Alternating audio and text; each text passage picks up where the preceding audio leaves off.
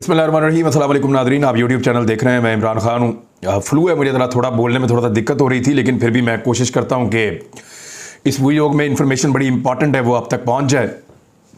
एक तो ये है कि शहबाज शरीफ साहब को मैंने इतने गुस्से में नहीं देखा जितने गुस्से के अंदर वो अब बोल रहे थे। बहुत गुस्से में थे। उन्होंने कहा अदलिया का दौरा मेयार नहीं होना चाहिए, इंसाफ के बगैर मुल्क आगे नहीं चल सकता।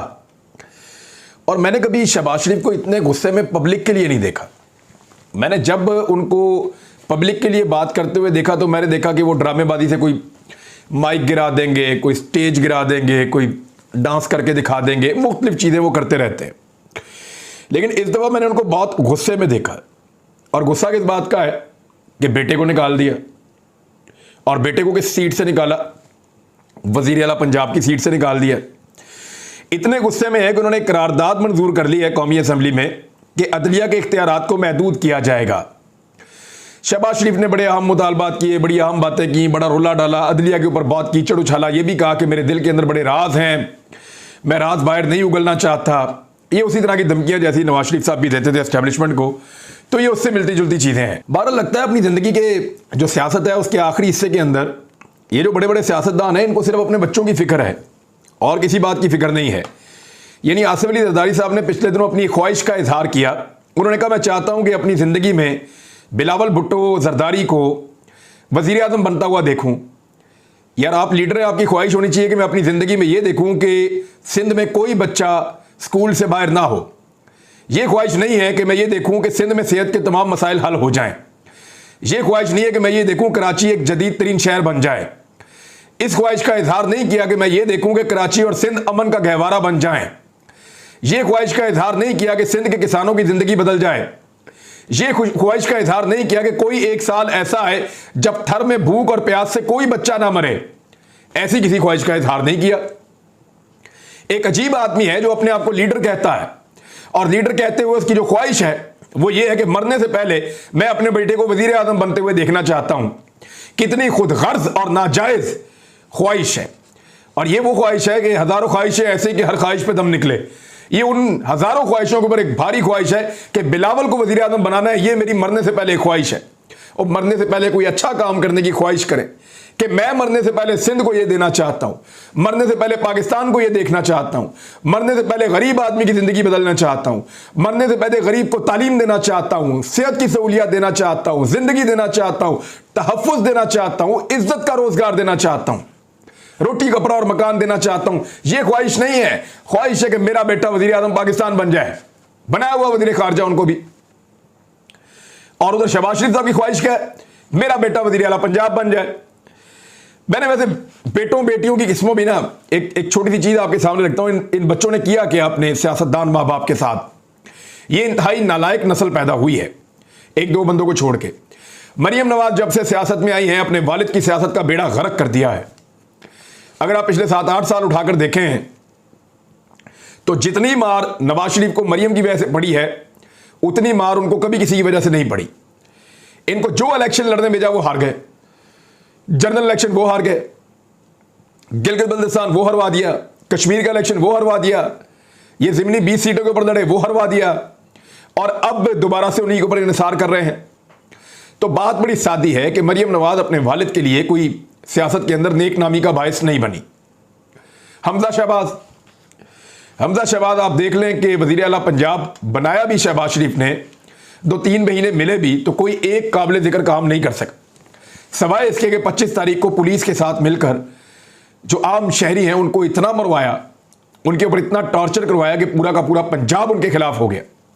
एक ऐसे बंदे को वज़ीर आला बनाया शहबाज शरीफ ने अपने बेटे को कि जिसके निकाले जाने के ऊपर किसी चौक में 4 बंदे इकट्ठे नहीं हुए एहतजाज के लिए। ये हमजा शहबाज है जिसने अपने वालिद की नेक नामी को खाक में मिलाया है। और भी लोग हैं, बिलावल भुट्टो जरदारी, जो भुट्टो खानदान है उसकी सियासत बड़ी शानदार सियासत रही है। बेनज़ीर भुट्टो ने बड़ी कमाल सियासत की है, लेकिन बिलावल भुट्टो जरदारी ने अपनी जमात को PMLN की कभी A टीम और कभी B टीम बना दिया है और उनके साथ मिलकर अब काम कर रहे हैं। जिन चीज़ों के खिलाफ जुल्फ़िकार अली भुट्टो और बेनज़ीर भुट्टो आवाज़ उठाती थी उन सारी चीज़ों के साथ शामिल हो गए हैं। तो बिलावल ने भी बिल्कुल एक मायूसी पैदा की है। मुन्नसलाई एक यानी अपने माँ बाप के लिए कौन से बच्चे फ़ायदेमंद हैं और कौन से नुकसानदेह हैं मोनिस इलाही ने अपने खानदान की डूबती हुई सियासत को जिंदा कर दिया। मैं कैसे जानता हूं मोनिस को फर्क पता क्या है? बाकी सबको सोने का चम्मच मिला है। मरियम नवाज को पहले दिन बताया गया लीडर हो तुम, जाओ जाके रूल करो।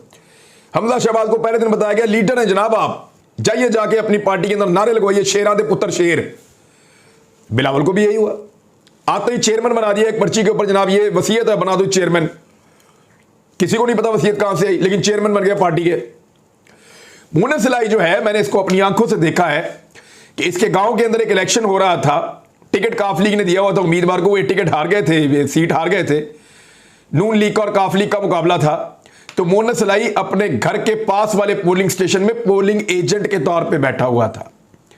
पोलिंग एजेंट, पार्टी के लीडर का बेटा पोलिंग एजेंट बना हुआ है एक वर्कर के इलेक्शन में, और वहां पे इसने दोबारा गिनती करवाई थी और अपना पोलिंग स्टेशन जीत कर आया था। तो ये एक पॉलिटिकल ट्रेनिंग होती है। मोनिस इलाही ने अपने बाप की सियासत को बचाया है, वरना वो भी चौधरी शुजात की तरह अपनी सियासत को एक अंधेरे में ले जा सकते थे, लेकिन बरवक्त फैसला किया और अपने बाप की इज्जत बचाई और सियासत भी बचाई। आज उनके वालिद जो है वजीर आला पंजाब है। तो ये फर्क है इन बच्चों के अंदर। तो शहबाज शरीफ साहब बहुत गुस्से में हैं, करारदाद मंजूर कर ली। किस बारे में करारदाद मंजूर की है जी? कि अदलिया के इख्तियारात महदूद किए जाएंगे। कौन सी चीजें की जाएंगी? दो चीजें, एक सोमोटो के जो इख्तियारात हैं वो खत्म किए जाएंगे या उनको छेड़ा जाएगा। नंबर दो, जो बेंच की तश्कील पर जो इख्तियारात हैं उनको महदूद किया जाएगा। अब जरा इसके ऊपर आप गौर कर लें। मेरे बड़े अच्छे दोस्त हैं और सीनियर लॉयर भी हैं, अबूजर सलमान खान न्याजी। ये बड़े अच्छे बात मशवरे कानूनी देते हैं और रिसर्च इनकी बहुत अच्छी है, बहुत सारी चीज़ें निकाल कर देते हैं। मुझे अरशद शरीफ साहब ने इनसे मिलवाया था और ये बड़े ज़हीन आदमी हैं। इन्होंने जनाब लिखा है कि जो सोमोटो की ताकत है ये ओरिजिनेट होती है, ये जहां से निकलती है, ये आर्टिकल 184(3) है, 184(3) आइन का आर्टिकल है। जब आप आइन में तरमीम करते हैं तो आपको 2/3 अक्सरियत चाहिए होती है। तो आप जितनी मर्जी करारदादें पास कर दें, आप अदालत के सोमोटो इख्तियार के अंदर या खुद नोटिस का इख्तियार जो है अदालत का, उसके अंदर छेड़छाड़ इसलिए नहीं कर सकते क्योंकि आपके पास 2/3 अक्सरियत नहीं है, आपके पास सिर्फ 2 वोटों की अक्सरियत है। जिस वक्त 2 वोट आपके गए, आपकी हुकूमत फारिग। और जहां तक बात है ये जो बेंच बनता है, तो वो जो जुडिशियल स्क्रूटनी, ये मुमकिन नहीं है। ये चीजें उन्होंने कहा जी बैकफायर करेंगी। सलमान न्याजी कह रहे हैं कि ये चीजें, अबूजर सलमान न्याजी, कि ये चीजें बैकफायर करेंगी, इसका कोई फायदा नहीं है और ये थूक कर चाटना पड़ेगा पीडीएम की जमातों को। गवर्नर राज के मामले पर अच्छी खासी तबीयत साफ हो गई है। तमाम आईनी और कानूनी माहिरीन जो हैं उन्होंने साफ कहा कि ये नहीं लगाया जा सकता। इसके ऊपर आपकी ख्वाहिश तो हो सकती है, लेकिन ऐसे ना गवर्नर राज लगता है, ना ऐसे गवर्नर राज लगाया जाता है। बिलावल भुट्टो जरदारी ने एक नया जिम्मा उठाया है और यह जिम्मा आसिफ अली जरदारी ने और बिलावल ने मिलकर उठाया है। बेड़ा गर्क करने का फैसला किया है पीएमएलएन का। पहले उनको पब्लिक के अंदर गैर मकबूल किया, उनसे गैर कानूनी तौर पे पब्लिक के ऊपर टॉर्चर करवाया, फिर उनसे महंगाई के फैसले करवाए, फिर उनसे मुश्किल फैसलों के नाम के ऊपर अवाम की कमर तोड़ दी। और ये सारा कुछ करने के बाद जब पीएमएलएन को फुल गालियां पड़ रही थी तो लोटों को टिकट दिलवा के उनको इलेक्शन भी हरवा दिया। और उसके बाद आसिफ अली जरदारी साहब ने एक धांधली के जरिए से एक जाली हुकूमत बनाई। 2 दिन बाद वो भी गिर गई सुप्रीम कोर्ट के फैसले के नतीजे में। अब पीएमएलएन का मुकम्मल बेड़ागर्क करने के बाद इदारों से उनकी लड़ाई करवाने का प्लान है। पीएमएलएन को भी समझ नहीं आ रही, अभी भी समझ नहीं आ रही पीएमएलएन को। और अब बिलावल भुट्टो जरदारी बढ़ चढ़कर अदलिया पे हमले कर रहे हैं और कार्रवाई डलवाएंगे पीएमएलएन से। उन्होंने कहा अदलिया का काम तशरीह करना है, तरमीम लाना नहीं है। ऐसा नहीं हो सकता 3 जज आइन तब्दील कर दे। कोई आइन तब्दील नहीं हुआ, सिर्फ और सिर्फ आइन की तशरीह हुई है और आइन के अंदर वही लिखा है जो हो चुका है। यानी जब एक बेंच फैसला दे कासिम सूरी के खिलाफ, डिप्टी स्पीकर के खिलाफ, तो ठीक है, और वही बेंच फैसला दे दोस्त मदारी के खिलाफ तो गलत है। और दोस्त मदारी तो मुझे याद है कि उसके खिलाफ तहरीक तो एतमाद अब आने वाली है और उसके ऊपर वोटिंग करवाने का फैसला कर लिया गया है। तहरीक अदम एतमाद पे दोस्त मदारी के खिलाफ जिस वक्त वोटिंग होगी उड़ जाएगा, फारिग हो जाएगा, क्योंकि दोस्त मदारी के सभी खिलाफ हो गए हैं। पीएमएलएन के अंदर से भी लोग उसको पसंद नहीं कर रहे हैं जिस तरह की वो हरकतें कर रहा है। तो इसके बाद दोस्त मदारी के फारिग होने के बाद वो सिर्फ एक एमपीए रह जाएगा और अगले इलेक्शन में वो कैसे जीत कर आएगा ये भी एक बहुत मुश्किल चीज दिखाई दे रही है। दोस्त मजारी के साथ तो ये होने जा रहा है, सब्तैन खान जो हैं ये पहले वजीर जंगलात थे और पंजाब के अंदर, और इमरान खान साहब के ये साथी हैं और इनका ताल्लुक है मियां वाली से। और उसके अलावा इमरान खान साहब इसको माजी में कंसिडर कर चुके हैं वजीर आला पंजाब बनाने के लिए भी। तो अब जो है वो सब्तैन खान साहब को स्पीकर पंजाब असेंबली का ओहदा दिया जा रहा है, स्पीकर पंजाब असेंबली वो बनेंगे। जियो न्यूज़ ने एक दावा किया है और उनका दावा यह है कि कबल अज वक्त इंतखाबात जो हैं, वक्त से पहले इंतखाबात, ये नवाज शरीफ साहब चाहते हैं और उनकी ये ख्वाहिश है कि हो जाएं। लेकिन शहबाज शरीफ साहब और उनके लोग जो हैं मेरी इत्तला के मुताबिक वो नहीं चाहते कि कबल अज वक्त इंतखाबात हों। अब दोनों अपनी अपनी गेम कर रहे हैं। जितनी देर इंतखाबात आगे जाएंगे उतना ज़्यादा नून लीग का कचूमर निकलता चला जाएगा। डॉलर का रेट आज का आप देख लें, आज जो डॉलर का रेट है वो 238 रुपए पर पहुंच गया है। ये सारे बैठे, इन्होंने अदलिया की बुराइयां की, इन्होंने इदारों के ऊपर चढ़ाइयां की, इन्होंने अदलिया के कानून को बदलने की बात की। किसी ने डॉलर पे बात की, किसी ने गरीब की महंगाई पे बात की, किसी ने पेट्रोल की बढ़ती हुई कीमतों पे बात की, किसी को गरीब के पेट का एहसास है, किसी को गरीब की बिजली का और गैस का एहसास है, किसी को गरीब के बुनियादी सहूलियात का एहसास है। किसी ने उसके ऊपर बात नहीं की। ये सिर्फ अपने इक़्तिदार पे बात करते हैं, अपने केसेस पे बात करते हैं, अपने हक के लिए बात करते हैं, अपने लिए ही कवानीन बनाते हैं। मिसाल के तौर पे नैब का जो दूसरा तरमीमी बिल है वो भी इन्होंने पास किया है और नैब का दायरा इख्तियार मेगा स्कैंडल तक महदूद कर दिया है। बिल अभी इन्होंने पेश किया है। पाकिस्तान की वफाकी हुकूमत ने कौमी एहतसाब ऑर्डिनेंस 1999 में तरमीम का बिल कौमी असम्बली में पेश कर दिया है। दूसरी तरमीम का बिल वज़ीर मुमलिकत बराए कानून शहादत अली ऐवान ने पेश किया।